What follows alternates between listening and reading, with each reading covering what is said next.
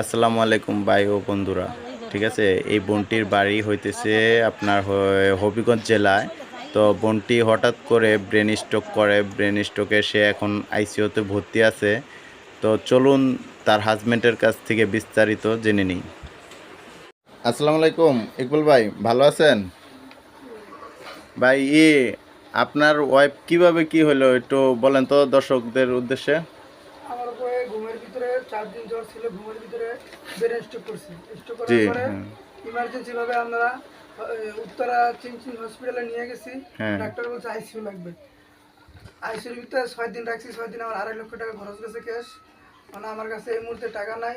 Doctor বলছে আরও লাগবে, কিন্তু আমি বাধ্য হয়ে নর্মাল বেডে নিজের সিগনেচার দিয়ে নিয়ে গেছি। হ্যাঁ। নিয়ে যাওয়ার পরে নর্মালে নিয়ে গেছি। নিয়ে যাওয়ার পরে এখন ডাক্তার ডাক্তার কি বলছে? ডাক্তার কি বলছে তাকে আইসিইউতে রাখতে হবে? জি জি ডাক্তার বলছে আইসিইউতে